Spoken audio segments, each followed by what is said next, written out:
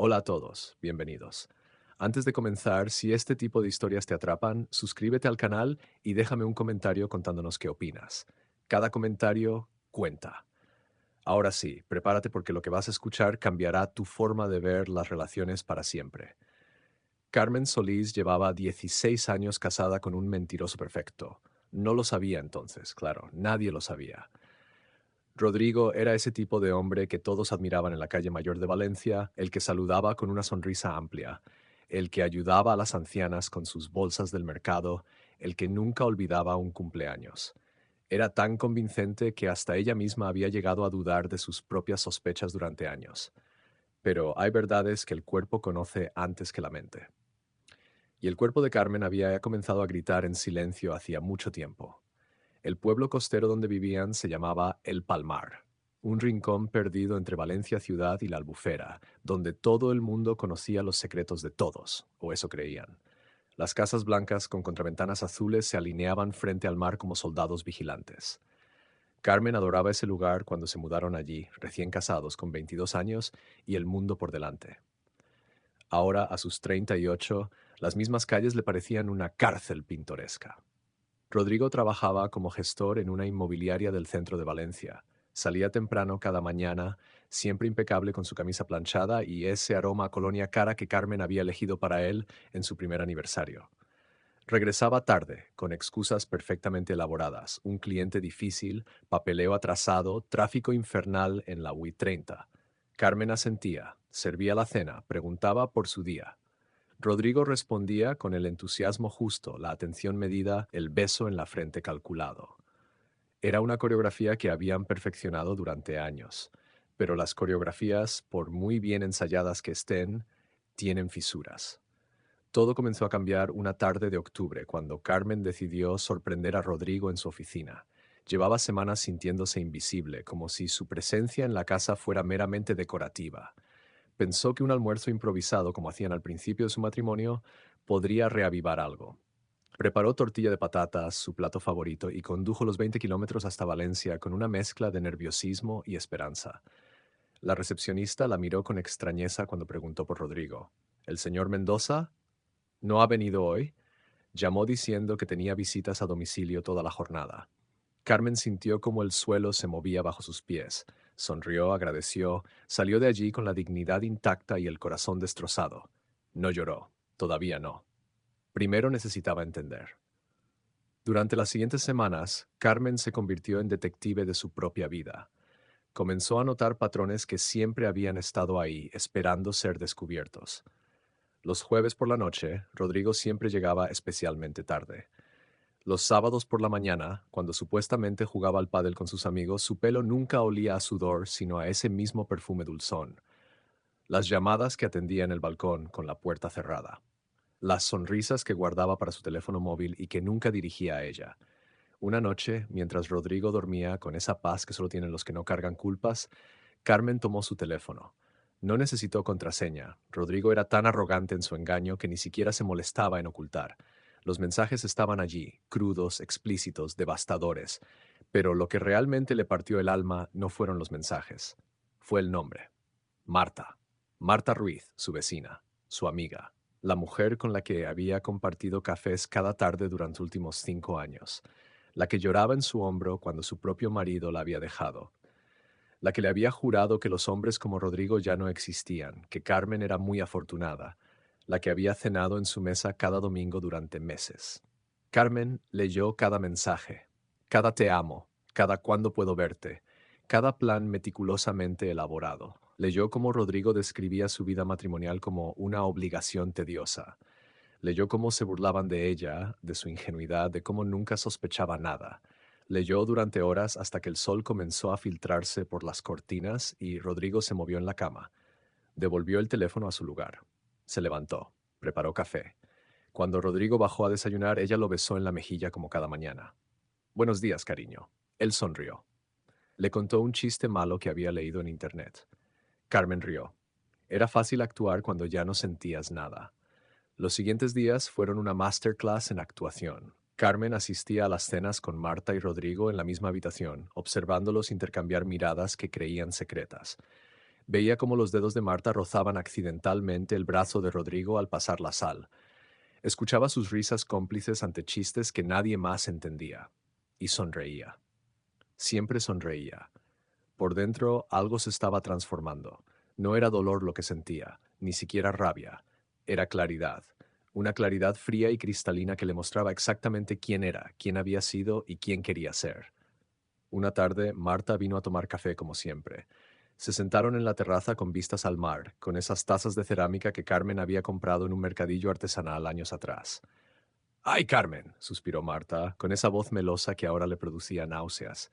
No sabes la suerte que tienes con Rodrigo. Es tan atento, tan presente. Mi ex jamás fue así.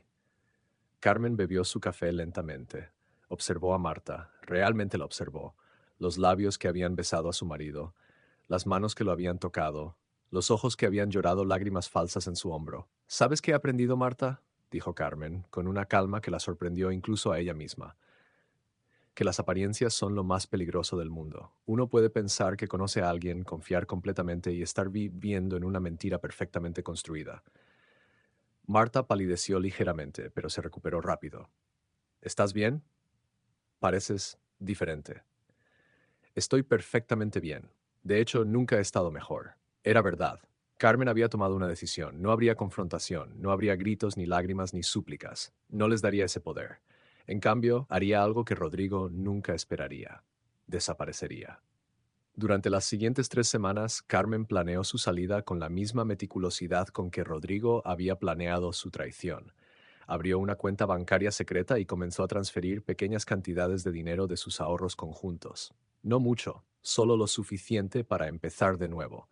Contactó con su prima Sofía en Zaragoza, quien llevaba años pidiéndole que la visitara. Buscó locales comerciales disponibles en el barrio del Tubo, en pleno casco histórico de la ciudad.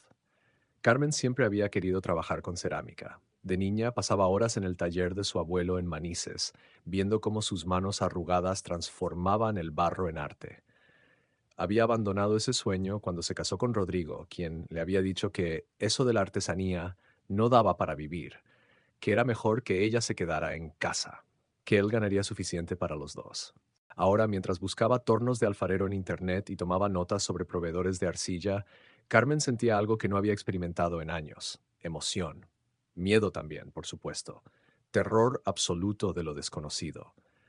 Pero era un terror vivo, palpitante, real, mucho mejor que la muerte lenta del engaño. Una noche Rodrigo la encontró mirando tutoriales de cerámica en YouTube. ¿Qué haces?, preguntó con ese tono condescendiente que ella ya no podía soportar, recordando quién era antes de conocerte. Él rió, pensando que era una broma. Le dio un beso distraído en la cabeza y subió a ducharse. Carmen escuchó el agua correr y supo que estaría mensajeándose con Marta con el teléfono envuelto en una toalla, como había visto que hacía tantas veces. Cerró el portátil. En 2 días se iría. Había encontrado un pequeño local en la calle Alfonso Pernot, perfecto para un taller de cerámica. Sofía ya tenía las llaves. Las maletas estaban escondidas en el trastero. Todo estaba listo. El último domingo, Carmen preparó una cena especial. Invitó a Marta, como siempre. Cocinó paella, ese plato que había perfeccionado durante años, con el sofrito exacto y el punto perfecto del arroz. Abrió vino Ribera del Duero, el favorito de Rodrigo. Puso la mesa con el mantel blanco bordado que había sido de su abuela. Marta llegó a las 9, con esa sonrisa falsa que Carmen ahora reconocía a kilómetros. Rodrigo estaba de buen humor, contando anécdotas de trabajo que probablemente eran inventadas. Carmen servía, sonreía, asentía. Los observaba como se observa a actores en una obra de teatro mediocre. Por los amigos que son como familia, brindó Marta, alzando su copa. Por la verdad, respondió Carmen, y bebió. Durante la cena habló de sus planes con una vaguedad estudiada. Mencionó que quizás tomaría unas clases de cerámica, que había estado pensando en viajar un poco, en redescubrirse. Rodrigo apenas prestaba atención, demasiado ocupado intercambiando miradas con Marta. Era casi cómico, pensó Carmen. Casi. Cuando se fueron cerca de medianoche, Carmen limpió la cocina por última vez. Cada plato, cada vaso, cada cubierto. Dejó todo impecable. A las 3 de la madrugada, mientras Rodrigo roncaba con ese sonido que siempre la había irritado, Carmen bajó al trastero, sacó sus 2 maletas y las metió en el maletero de su coche. Volvió a la habitación. Observó a Rodrigo dormir. Durante un momento, solo un momento, sintió algo parecido a la nostalgia, no por él, sino por la mujer que había sido, por los sueños que había enterrado, por los años que nunca recuperaría. Tomó una hoja de papel y escribió solo 4 palabras: ya no soy tuya. La dejó sobre su almohada vacía. Carmen salió de la casa a las 4 de la mañana. El pueblo dormía en esa quietud absoluta que solo existe antes del amanecer. El mar rugía suavemente a lo lejos. Subió al coche, ajustó el retrovisor, arrancó el motor. No miró atrás. La carretera de Valencia a Zaragoza se extendía ante ella como una promesa. 300 kilómetros de libertad.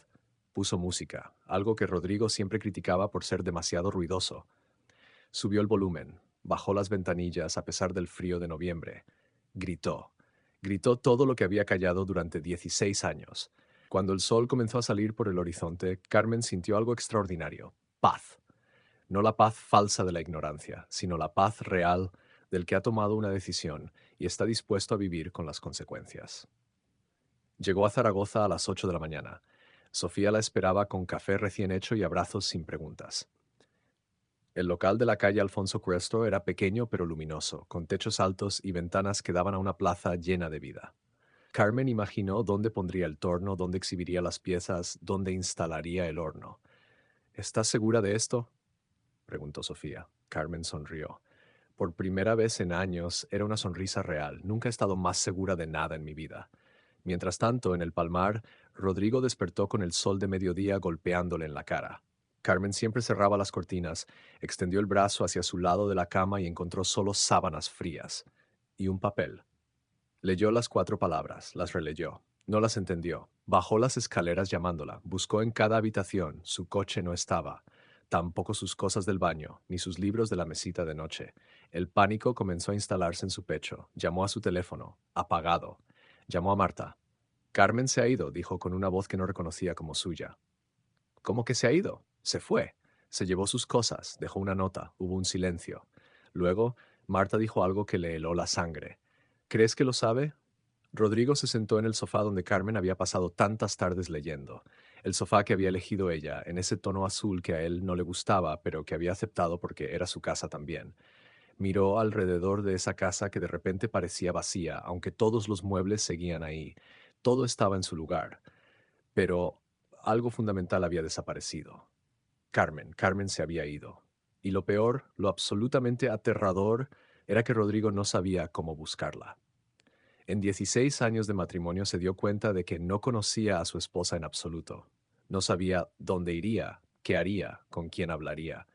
Había estado tan ocupado viviendo su doble vida que había olvidado aprender sobre la mujer con la que compartía su casa. Los días siguientes fueron un infierno. Llamó a la familia de Carmen, pero nadie sabía nada, o eso decían. Probablemente sí sabían, pero nunca se lo dirían a él. Llamó a sus amigas, a los vecinos. Nada. Carmen había desaparecido como un fantasma, sin dejar rastro. Las habladurías comenzaron en el pueblo. La gente murmuraba, algunos sospechaban la verdad. La carnicera, que siempre había visto cómo Marta y Rodrigo se miraban, comenzó a hacer comentarios. La dueña del estanco, que había visto el coche de Rodrigo estacionado frente a la casa de Marta demasiadas veces cuando su marido aún vivía allí. El pueblo, ese mismo pueblo que había admirado a Rodrigo, comenzó a darle la espalda. 3 semanas después de la partida de Carmen, Rodrigo seguía buscando. Había contratado a un detective privado, había revisado extractos bancarios, había llamado a cada persona que conocía. Nada. Carmen Solís había desaparecido del mapa. Lo que Rodrigo no sabía era que a 300 kilómetros de distancia su esposa estaba más viva que nunca. Carmen había abierto su taller de cerámica, Manos de Arcilla. Las primeras piezas ya decoraban los estantes: cuencos con tonos azules profundos como el mar que había dejado atrás, jarrones con texturas que parecían olas congeladas, platos con diseños que contaban historias sin palabras. Cada pieza que creaba era un acto de liberación. Cada vez que sus manos moldeaban el barro sentía que estaba moldeando su propia vida de nuevo. Por las noches, cuando cerraba el taller y caminaba por las calles empedradas de Zaragoza, Carmen pensaba en Rodrigo. No con amor, no con odio, con una especie de gratitud distante. Él le había enseñado la lección más valiosa de su vida, que el silencio puede ser más poderoso que 1000 palabras, que a veces la mejor venganza no es la confrontación, sino la indiferencia. que marcharse sin explicaciones es el acto más devastador que puedes infligir a alguien que nunca te valoró. Carmen Solís había pasado 16 años siendo la esposa perfecta. Ahora estaba aprendiendo a ser simplemente Carmen. Y eso descubrió era infinitamente mejor. Mientras tanto, en el Palmar, Rodrigo miraba el mar desde la terraza vacía, con el teléfono en la mano, esperando una llamada que nunca llegaría. Marta había dejado de visitarlo, los vecinos ya no lo saludaban. La casa perfecta se había convertido en una tumba. Y en algún lugar de Zaragoza, en un pequeño taller iluminado por la luz dorada del atardecer, Carmen Solís sonreía mientras sus manos creaban algo hermoso de la nada. Porque eso es lo que hacemos los que sobrevivimos a la traición. Nos reinventamos y brillamos más fuerte que nunca. Carmen llevaba 3 meses en Zaragoza cuando recibió la primera carta. No de Rodrigo, como podría esperarse, sino de alguien que jamás habría imaginado, Lucía Vega, la dueña de la panadería del Palmar. Una mujer de 60 años, viuda, con manos curtidas por décadas de amasar pan y ojos que parecían leer el alma. La carta era breve pero contundente. Querida Carmen, no sé si esto te importa ya, pero creo que mereces saberlo. Rodrigo no solo te engañó con Marta, hubo otras, muchas otras, y nosotras lo sabíamos. Perdónanos por nuestro silencio, el pueblo entero te falló, pero ahora las cosas están cambiando. Tu valentía nos ha abierto los ojos. Necesitamos hablar contigo. Por favor, llámame. Carmen leyó la carta 3 veces. Cada palabra era un golpe, pero curiosamente no sentía dolor. Sentía algo más complejo, más profundo. Rabia, sí, pero también una extraña sensación de validación. Sus instintos no habían estado equivocados. Su cuerpo había sabido la verdad todo el tiempo. Esperó 2 días antes de llamar. Cuando finalmente lo hizo, Lucía respondió al primer timbrazo, como si hubiera estado esperando junto al teléfono. Carmen, gracias por llamar. Sé que no tengo derecho a pedirte nada, pero necesito que sepas algo. Después de que te fuiste, todo salió a la luz. Marta no fue la única. Estaba también Elena del supermercado, Patricia, la profesora de inglés, incluso Verónica, la recepcionista de la inmobiliaria donde trabajaba Rodrigo. Todas casadas o comprometidas. Rodrigo es un depredador. Y nosotras lo permitimos porque era encantador, porque parecía inofensivo, porque queríamos creer que los hombres como él no existían en nuestro pueblo. Carmen apretó el teléfono con fuerza. Verónica. La recordaba vagamente de alguna cena de empresa. Una chica joven, 20 y pocos años, con ese entusiasmo brillante de quien aún cree en el amor verdadero. ¿Cuántas? Preguntó Carmen, con una calma que la sorprendió. Que sepamos, al menos 6, pero podrían ser más. Carmen, tu partida fue como tirar una piedra en un estanque. Las ondas llegaron a todas partes. Marta se mudó del pueblo, no podía soportar las miradas. Rodrigo perdió varios clientes, su reputación está destrozada. ¿Qué importante es esto? Las mujeres del pueblo hemos comenzado a hablar.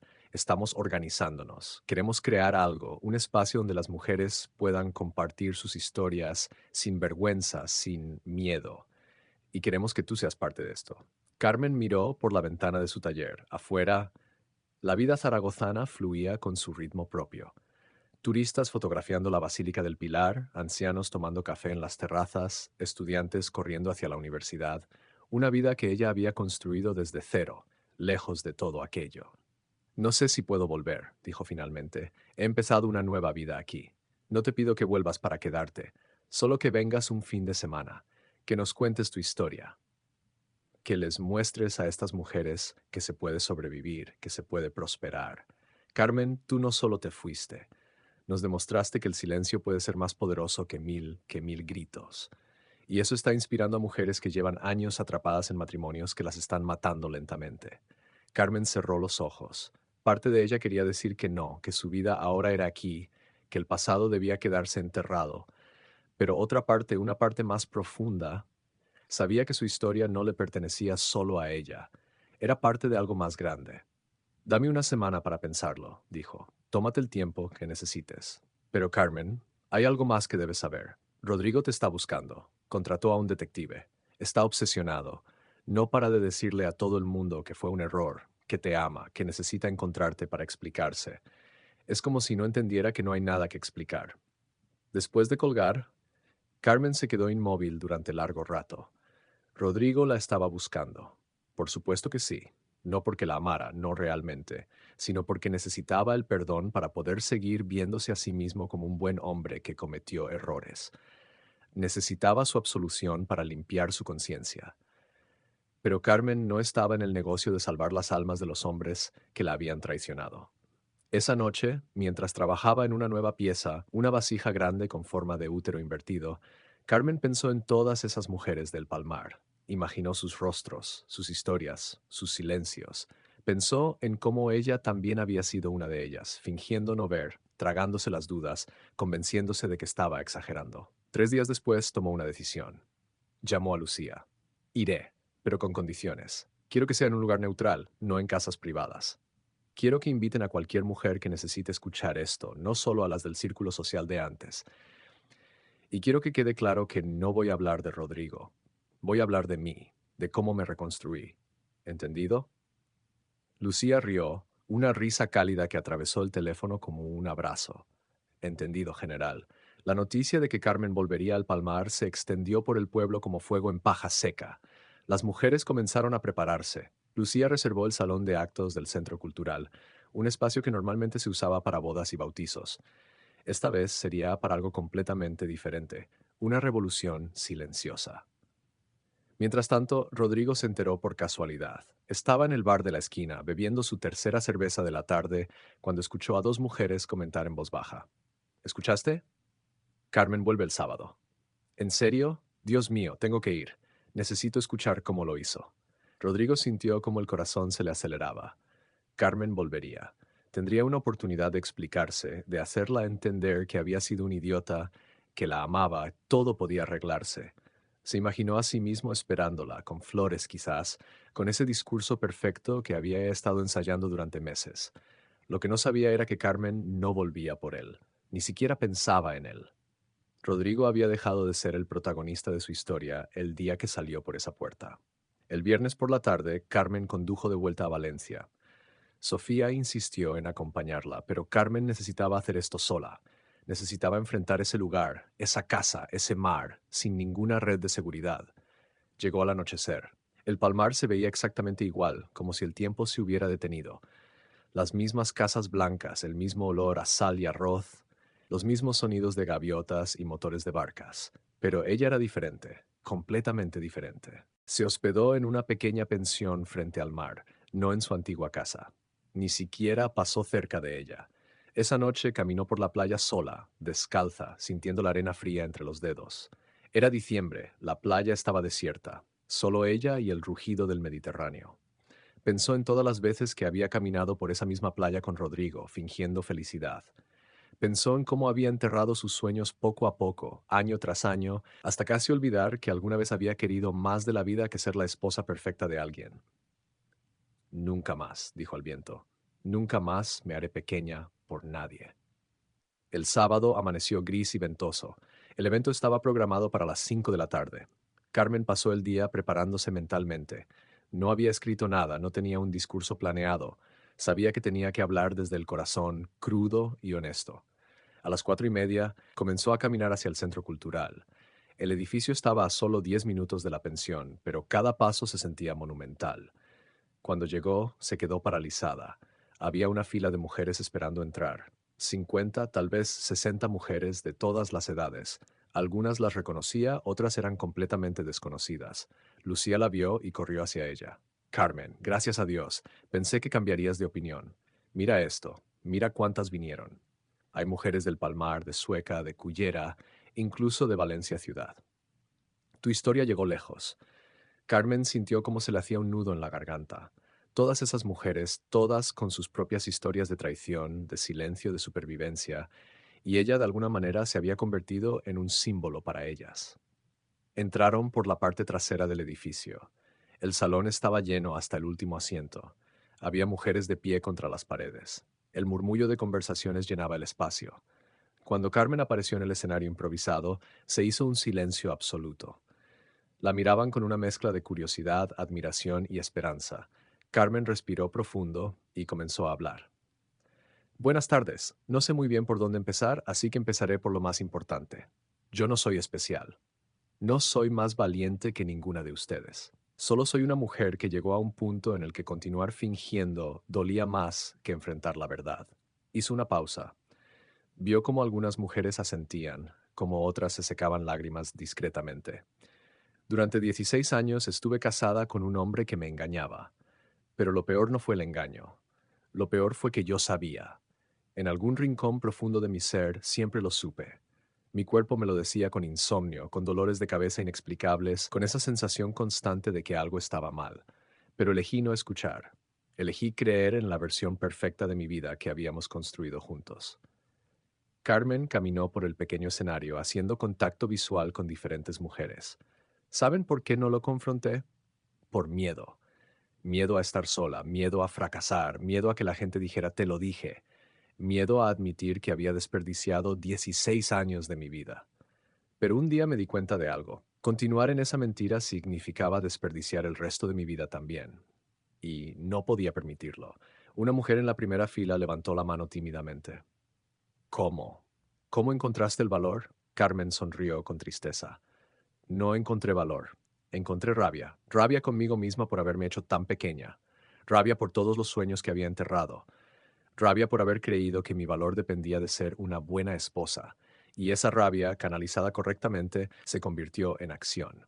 Durante las siguientes 2 horas, Carmen habló. Habló de cómo había planeado su escape, de cómo había abierto su taller, de los momentos de duda y terror. Habló de las noches en que lloraba, convencida de que había cometido un error terrible. Habló de cómo poco a poco, pieza de cerámica tras pieza de cerámica, había reconstruido no solo su vida, sino su alma. Pero lo más poderoso vino después, cuando abrió el espacio para que otras mujeres hablaran. Una tras otra comenzaron a compartir sus historias. Historias de infidelidades, de abuso emocional, de sueños abandonados, de voces silenciadas. Algunas lloraban, otras hablaban con rabia contenida. Todas fueron escuchadas sin juicio, sin interrupciones. Había una mujer, Mercedes, que llevaba 30 años casada con un hombre que la criticaba constantemente, que la había convencido de que era inútil, de que nadie más la querría. Otra, Pilar, cuyo marido controlaba cada céntimo que gastaba, cada minuto que pasaba fuera de casa. Y Verónica, la joven recepcionista, que entre lágrimas admitió que Rodrigo le había prometido dejar a Carmen por ella, que le había hecho creer que era especial, única, diferente a todas las demás. Carmen escuchó a Verónica con atención. La chica no podía tener más de 25 años, con los ojos hinchados y la voz quebrada. Lo siento, dijo Verónica mirando directamente a Carmen. Siento haber sido tan estúpida. Él me dijo que tú no lo entendías, que su matrimonio era solo un papel, que estaban juntos por costumbre. Yo le creí. Carmen bajó del escenario y caminó hacia Verónica. El salón entero contuvo la respiración. Cuando llegó frente a ella, Carmen tomó las manos de la chica entre las suyas. Tú no eres la estúpida, él es el manipulador, y yo no estoy enojada contigo. Estoy enojada con un sistema que nos enseña a las mujeres a competir entre nosotras por la atención de hombres que no nos merecen. Estoy enojada con una cultura que te dice que tu valor está en ser elegida por alguien. Pero contigo, Verónica, no tengo ningún rencor. Eres otra víctima en esto. Verónica se derrumbó en llanto. Carmen la abrazó y en ese abrazo había algo más grande que el perdón. Había hermandad, había comprensión. Había la revolución silenciosa de mujeres que se negaban a seguir siendo enemigos. Cuando el evento terminó, cerca de las 9 de la noche, algo había cambiado fundamentalmente. Las mujeres no querían irse. Se quedaron hablando en grupos, intercambiando números de teléfono, haciendo planes. Lucía se acercó a Carmen con lágrimas en los ojos. Esto es solo el principio, ¿verdad? Carmen asintió. Esto es el principio. Fuera del centro cultural, escondido entre las sombras, Rodrigo había estado esperando durante horas. Había intentado entrar, pero Lucía había puesto seguridad específicamente para mantenerlo fuera. Así que esperó, cada vez más desesperado, cada vez más consciente de que el control se le había escapado completamente de las manos. Cuando Carmen finalmente salió, rodeada de un grupo de mujeres que la acompañaban como guardaespaldas improvisadas, Rodrigo dio un paso adelante. Carmen, por favor, solo dame 5 minutos. Ella se detuvo. Lo miró realmente por primera vez en meses. Vio lo que no había querido ver antes. Un hombre mediocre, con una necesidad desesperada de ser admirado. Un hombre que había construido su identidad sobre la capacidad de engañar, de conquistar, de coleccionar corazones como trofeos. No, dijo simplemente. Pero necesito explicarte. No hay nada que explicar, Rodrigo, y aunque lo hubiera, no me debes ninguna explicación porque ya no me importa. Esa es la parte que no entiendes. No estoy aquí por ti. No volví por ti. Tú ya no eres relevante en mi vida. Las palabras cayeron como piedras. Rodrigo sintió como algo se rompía dentro de él. No era amor lo que sentía. Nunca lo había sido. Era ego. Era la incapacidad de aceptar que alguien lo había rechazado, que alguien había decidido que no era suficiente. Te amaba, dijo, con una voz que sonaba hueca incluso a sus propios oídos. Carmen casi se rió. No, Rodrigo, tú amabas la idea de tener una esposa perfecta esperándote en casa mientras tú jugabas a ser el seductor del pueblo. Amabas el poder que te daba vivir una doble vida. Pero amarme a mí, a Carmen, a la mujer real con sueños y necesidades y una vida propia, eso nunca lo hiciste. Porque para amarnos, primero tienen que vernos. Y tú nunca me viste. Se dio vuelta y comenzó a caminar. Las mujeres que la acompañaban formaron un escudo humano entre ella y Rodrigo. Él se quedó ahí, en medio de la calle, viéndola alejarse por segunda vez. Pero esta vez fue diferente. Esta vez finalmente entendió que no volvería, que no había discurso, no había flores, no había promesas que pudieran deshacer lo que había roto. Carmen durmió esa noche en la pensión con una paz profunda. Al día siguiente, antes de volver a Zaragoza, hizo algo que no había planeado. Condujo hasta su antigua casa. Rodrigo no estaba. Probablemente estaba escondido en algún bar, ahogando su autocompasión en cerveza. Entró usando la llave que todavía guardaba. La casa olía a abandono y comida rancia, platos sucios en el fregadero, ropa tirada por todas partes. Rodrigo claramente no estaba manejando bien la soledad. Carmen subió a lo que había sido su dormitorio. Abrió el armario y sacó dos cajas que había dejado atrás. Álbumes de fotos de su infancia, algunas joyas de su abuela, cartas de sus padres, y en el fondo, envuelto en una manta vieja, encontró algo que había olvidado que existía, su primera pieza de cerámica, un pequeño cuenco imperfecto que había hecho con su abuelo cuando tenía 8 años. Lo sostuvo en sus manos y sintió cómo las lágrimas comenzaban a caer. No de tristeza, sino de reencuentro. Era como encontrar una parte de sí misma que había estado perdida durante décadas. Tomó las cajas y salió de la casa por última vez. No cerró con llave. Esa casa, esa vida, ya no le pertenecía. Dejó las llaves sobre la mesa de la cocina y salió. El viaje de vuelta a Zaragoza se sintió diferente. Carmen conducía con las ventanas abiertas, el cuenco de cerámica infantil en el asiento del copiloto, el viento despeinándola. Pensó en todas esas mujeres del salón, en sus historias, en su dolor compartido. Pensó en cómo una sola decisión, un solo acto de valentía, puede crear ondas que llegan más lejos de lo que uno puede imaginar. Cuando llegó a su taller al anochecer, había un mensaje en el contestador. Era Lucía. Carmen, no sé cómo agradecerte. Después de que te fuiste, 30 mujeres se quedaron hasta la madrugada hablando. Muchas han decidido hacer cambios en sus vidas. Mercedes dejó a su marido esta mañana. Pilar abrió su propia cuenta bancaria y hemos decidido crear un grupo de apoyo permanente. Lo vamos a llamar Círculo de Arcilla en tu honor, porque como tú nos enseñaste, somos como la arcilla. Podemos ser moldeadas, rompernos, pero siempre podemos rehacernos más fuertes. Gracias, Carmen. Gracias por enseñarnos que el silencio, cuando se rompe en el momento correcto, puede cambiar el mundo. Carmen escuchó el mensaje 3 veces. Luego se sentó frente a su torno y comenzó a trabajar en una nueva pieza. Sus manos se movían con confianza, moldeando el barro húmedo, creando algo hermoso de la nada. Mientras trabajaba, sonreía. Porque finalmente, después de tantos años, había encontrado su voz. Y esa voz no necesitaba gritar para ser escuchada, solo necesitaba ser auténtica.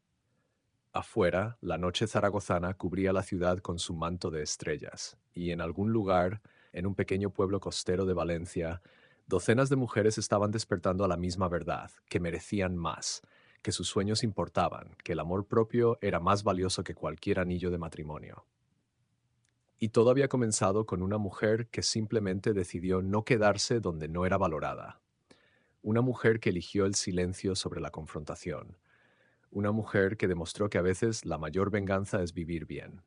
Carmen Solís, con las manos llenas de arcilla y el corazón lleno de propósito, había hecho exactamente eso. 6 meses habían pasado desde aquella noche en el Palmar. Carmen estaba en su taller, dando los últimos toques a un encargo especial, 30 cuencos de cerámica para el recién creado círculo de arcilla. Cada uno llevaba grabado en la base una palabra diferente. Libertad, fuerza, renacimiento, verdad. Lucía había insistido en pagarle, pero Carmen se había negado. Esto era algo más grande que el dinero. El taller Manos de Arcilla se había convertido en mucho más que un negocio. Era un santuario. Mujeres de toda Zaragoza venían no solo a comprar cerámica, sino a hablar, a compartir, a respirar. Carmen había comenzado a dar clases los martes y jueves por la tarde. Lo llamaba terapia de arcilla, aunque nunca usaba ese término abiertamente. No hacía falta. Las mujeres que llegaban con los hombros caídos y las miradas perdidas salían 2 horas después con las manos sucias de barro y los ojos brillantes de posibilidad. Una tarde de mayo, mientras Carmen organizaba los cuencos para enviarlos a Valencia, sonó la campana de la puerta. Entró una mujer que no conocía, de unos 50 años, con el pelo gris recogido en un moño desprolijo y ojeras profundas. Llevaba gafas de sol a pesar de que el día estaba nublado. ¿Es usted Carmen Solís?, preguntó con voz temblorosa. Sí, soy yo. ¿En qué puedo ayudarla? La mujer se quitó las gafas. Tenía un ojo morado, apenas cubierto con maquillaje. Me llamo Amparo. Vengo de Huesca. Una amiga me habló de usted, de su historia. Yo no sé por dónde empezar. Carmen dejó lo que estaba haciendo inmediatamente. Reconocía esa mirada. Era la misma que había visto en el espejo durante años. La mirada de alguien que está a punto de romperse o de renacer y no sabe cuál de las dos cosas sucederá primero. Siéntate, dijo Carmen señalando las sillas junto a la ventana. Cuéntame. Amparo se sentó y comenzó a hablar. Su historia era diferente a la de Carmen en los detalles, pero igual en la esencia. Un marido que comenzó con insultos cariñosos que gradualmente se convirtieron en gritos, que eventualmente se transformaron en golpes. 30 años de matrimonio. 3 hijos ya adultos que vivían en otras ciudades y no sabían nada. Una vida entera construida sobre la mentira de que todo estaba bien. Ayer me pegó porque la cena estaba fría, dijo Amparo con una voz tan baja que Carmen tuvo que inclinarse para escucharla. Y mientras estaba en el suelo pensé, esto es todo, esta es mi vida. Y luego pensé en usted, en cómo se fue sin decir nada, y pensé, tal vez yo también puedo. Carmen sintió cómo se le revolvía el estómago. Su historia era de infidelidad, de engaño emocional, pero esto era violencia física, esto era peligro real. Amparo, escúchame bien. Necesitas salir de ahí, pero tiene que ser seguro. No puedes simplemente irte si él puede encontrarte. ¿Tienes algún lugar a donde ir? Amparo negó con la cabeza. Mis padres murieron, mis hijos... No quiero preocuparlos. Pensarán que exagero. Él siempre ha sido muy bueno delante de ellos. Carmen pensó rápidamente. Conocía ese patrón. Los abusadores siempre son encantadores en público. Siempre tienen excusas perfectas. Siempre hacen que la víctima dude de su propia realidad. ¿Cuánto dinero tienes? Unos 300 euros que he ido guardando en secreto. No es suficiente, pero es un comienzo. Escucha, voy a ayudarte. Conozco un refugio aquí en Zaragoza, pero primero necesito que hagas algo por mí. Ve a urgencias, que documenten ese ojo. Pide un informe médico. Luego vuelve aquí, ¿de acuerdo? Amparo asintió con lágrimas corriendo por sus mejillas. Carmen llamó a una amiga que trabajaba en servicios sociales. 1 hora después, Amparo tenía un lugar seguro donde quedarse, un abogado que la asesoraría gratuitamente y un plan de acción. Esa noche Carmen no pudo dormir. Pensaba en Amparo, en todas las amparos que había ahí afuera. Pensaba en cómo su historia se había convertido en algo más grande que ella misma. No había buscado ser un símbolo ni una inspiración, pero de alguna manera lo era. Y con eso venía una responsabilidad que no había anticipado. A la mañana siguiente tomó una decisión. Llamó a Lucía. Necesito que organices otra reunión, pero esta vez más grande. Quiero hacer algo permanente, algo que realmente ayude a las mujeres a salir de situaciones peligrosas, no solo hablar de ellas. Lucía se quedó en silencio un momento. ¿Estás pensando en una fundación? Estoy pensando en una red. Mujeres ayudando a mujeres.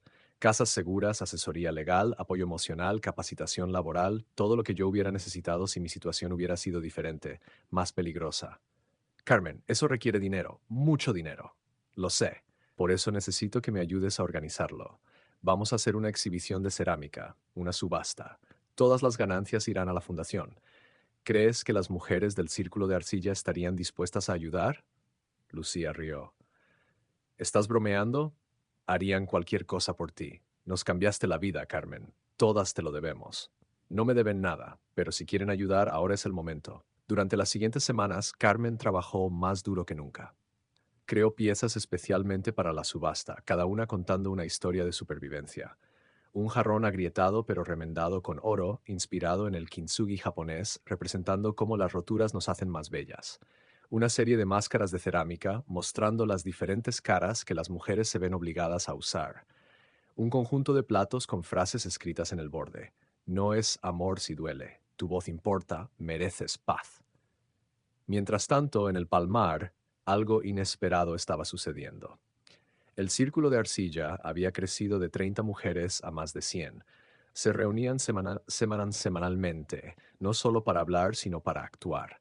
Habían creado una línea telefónica de apoyo, un fondo de emergencia para mujeres que necesitaban salir rápidamente de situaciones peligrosas, una red de abogadas voluntarias. Y Rodrigo, voluntariamente o no, se había convertido en el ejemplo perfecto de lo que no se debía tolerar. Su inmobiliaria había quebrado. Nadie quería hacer negocios con él. Se había mudado a Valencia ciudad tratando de comenzar de nuevo, pero su reputación lo había seguido. Las redes sociales habían hecho su trabajo. Una publicación anónima detallando sus infidelidades se había vuelto viral en grupos locales.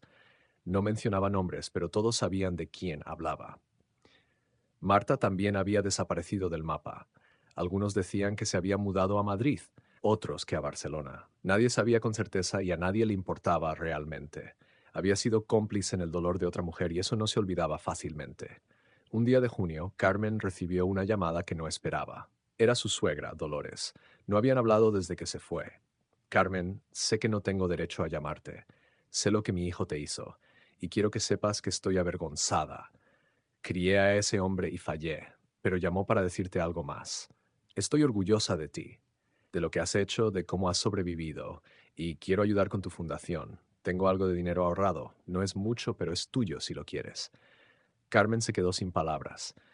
Dolores siempre había sido una mujer de las que creían que los problemas matrimoniales se quedaban puertas adentro. Escucharla hablar así era inesperado.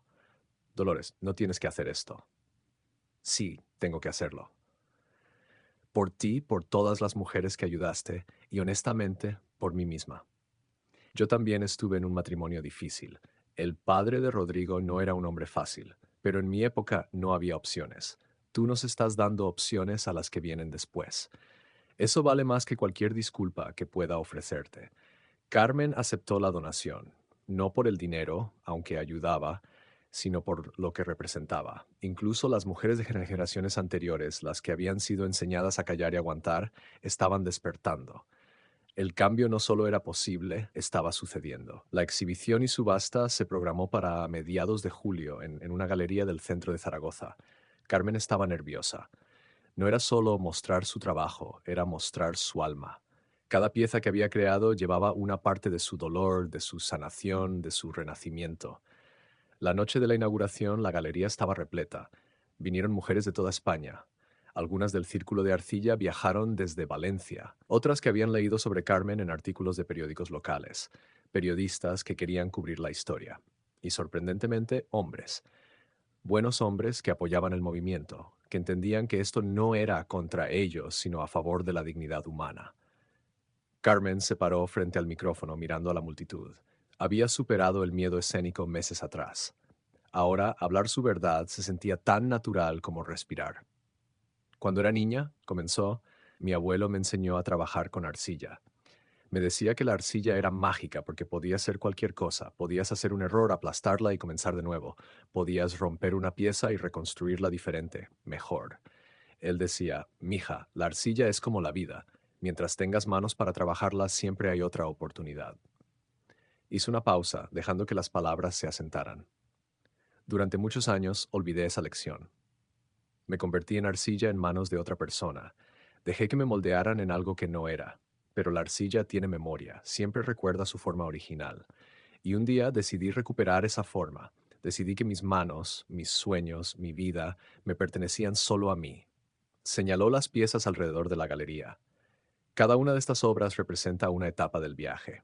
La rabia, el dolor, la confusión, la liberación, la alegría.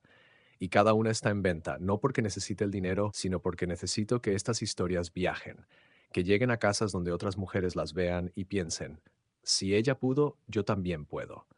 Y cada euro recaudado irá a la Fundación Manos Libres, que ayudará a mujeres a reconstruir sus vidas con dignidad y seguridad.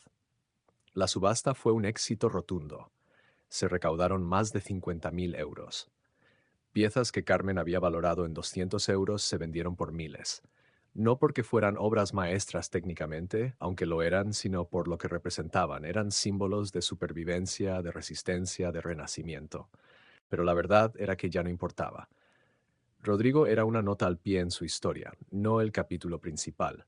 Su vida ahora estaba llena de propósito, de conexión, de amor propio. Tenía una comunidad de mujeres que la apoyaban y a quienes apoyaba. Tenía un negocio próspero que amaba, tenía libertad. Una semana después de la subasta, Lucía llamó con noticias. El Círculo de Arcilla quería expandirse a otras ciudades. Querían usar el modelo que habían creado y replicarlo en toda España. Barcelona, Madrid, Sevilla, Bilbao.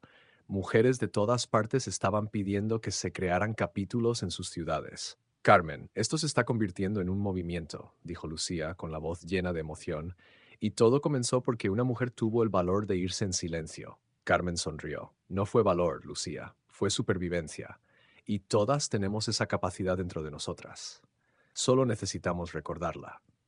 A medida que pasaban los meses, la Fundación Manos Libres se consolidaba. Habían alquilado 2 casas seguras en Zaragoza y una en Valencia. Tenían un equipo de abogadas voluntarias, psicólogas, trabajadoras sociales. Ayudaban a una docena de mujeres cada mes a salir de situaciones peligrosas y comenzar de nuevo. Carmen seguía dando sus clases de cerámica, seguía creando piezas hermosas, seguía viviendo su vida. Pero ahora había algo más. Había propósito, había legado, había la satisfacción profunda de saber que su dolor no había sido en vano, que había servido para algo más grande que ella misma. Un año después de dejar el Palmar, Carmen recibió un mensaje inesperado. Era de Rodrigo, el primero en meses. Carmen, sé que no quieres saber de mí, y lo entiendo. No busco perdón porque sé que no lo merezco. Solo quería decirte que estoy en terapia. Un terapeuta me está ayudando a entender por qué hice lo que hice, por qué necesitaba esa validación constante, por qué te traté como te traté. No espero que esto cambie nada entre nosotros. Solo necesitaba que supieras que finalmente estoy haciendo el trabajo. Ojalá lo hubiera hecho antes cuando todavía tenía la oportunidad de ser el hombre que merecías. Te deseo toda la felicidad del mundo. Lo digo en serio, Rodrigo. Carmen leyó el mensaje 2 veces. Sintió nada, ni rabia, ni satisfacción, ni tristeza, solo una especie de indiferencia tranquila. Era bueno que Rodrigo estuviera trabajando en sí mismo, de verdad lo era, pero ya no era su problema, su responsabilidad o su interés. No respondió el mensaje, no porque quisiera castigarlo, sino simplemente porque no había nada que decir. Ese capítulo estaba cerrado. La historia había continuado sin él. En su lugar, Carmen abrió su cuaderno de bocetos y comenzó a diseñar una nueva serie de piezas. La llamaría Después de la tormenta. Serían vasijas grandes del tamaño de una persona, cada una representando una etapa del Renacimiento. La primera oscura y cerrada, la última abierta y luminosa con grietas doradas corriendo por toda su superficie. Porque eso era lo que Carmen había aprendido. Las grietas no nos debilitan, las grietas son donde entra la luz. Las grietas son la prueba de que sobrevivimos, y cuando las llenamos de oro, cuando las convertimos en características y no en defectos, nos volvemos irrompibles. 2 años después del día que salió de su casa en el Palmar sin mirar atrás, Carmen Solís estaba exactamente donde necesitaba estar. Su taller prosperaba. La fundación había ayudado a más de 200 mujeres. El Círculo de Arcilla tenía capítulos en 12 ciudades españolas. Y ella, Carmen, finalmente se había encontrado a sí misma. Una tarde, mientras trabajaba en el torno, con las manos cubiertas de arcilla húmeda y el sol entrando por las ventanas, Carmen se detuvo y miró sus manos. Estas manos que habían cocinado miles de cenas para un hombre que no las apreciaba. Estas manos que habían limpiado una casa que nunca se sintió como un hogar. Estas manos que habían sostenido el volante durante esa conducción de medianoche hacia la libertad. Estas mismas manos ahora creaban belleza. Ahora construían futuros. Ahora sostenían su propio destino. Carmen sonrió y volvió al trabajo. Afuera, la vida continuaba con su ritmo caótico y hermoso. Dentro, en ese pequeño taller que olía a arcilla y a posibilidades, una mujer que una vez estuvo rota se había reconstruido a sí misma, pieza por pieza, en algo mucho más fuerte que lo que era antes. Y ese, pensó Carmen mientras sus manos daban forma a la arcilla, era el mejor final posible. No un final perfecto, porque la vida nunca es perfecta, sino un final real, auténtico, ganado con sangre y lágrimas y valentía. Un final donde ella no era la esposa de nadie ni la víctima de nadie. Era simplemente Carmen. Y Carmen era más que suficiente. Esa noche Carmen cerró el taller y caminó por las calles de Zaragoza. Pasó por la Basílica del Pilar, iluminada contra el cielo oscuro. Se sentó junto al río Ebro, escuchando el agua correr hacia algún lugar desconocido. Y pensó en todas las Carmenes que había ahí afuera, todavía atrapadas en matrimonios sin amor, en vidas sin propósito, en versiones de sí mismas que no reconocían en el espejo. Pensó en cómo su historia, su pequeña historia personal, se había convertido en algo más grande, en cómo un acto de supervivencia se había transformado en un movimiento de liberación. Y supo, con una certeza que le calentó el pecho, que este era solo el comienzo, que habría más mujeres que encontrarían el valor para irse, más mujeres que aprenderían a valorarse, más mujeres que entenderían que el amor propio no es egoísmo, es supervivencia. Carmen Solís se levantó del banco junto al río y comenzó a caminar de vuelta a casa. Cada paso era seguro, cada respiración era libre, y mientras caminaba llevaba consigo no solo su propia historia, sino las historias de todas las mujeres que habían encontrado el valor para rehacerse. Porque al final, eso es lo que somos, criaturas de arcilla capaces de rompernos y rehacernos infinitas veces, y cada vez que nos rehacemos, somos más fuertes, más sabias, más nosotras mismas. Carmen llegó a su apartamento, preparó té de manzanilla y se sentó con su cuaderno. Comenzó a escribir, no para publicar, sino para recordar, para tener un registro de este viaje extraordinario desde la oscuridad hasta la luz. Escribió hasta que el amanecer comenzó a filtrarse por las ventanas. Escribió sobre el dolor y la sanación, sobre la pérdida y el descubrimiento, sobre el final y el comienzo. Y cuando finalmente puso el bolígrafo abajo, supo que cualquiera que leyera esas palabras encontraría en ellas un mapa hacia la libertad, hacia la dignidad, hacia una vida que valía la pena vivir. Y ese era el mayor regalo que podía dar, no solo su historia, sino la promesa de que otra vida era posible.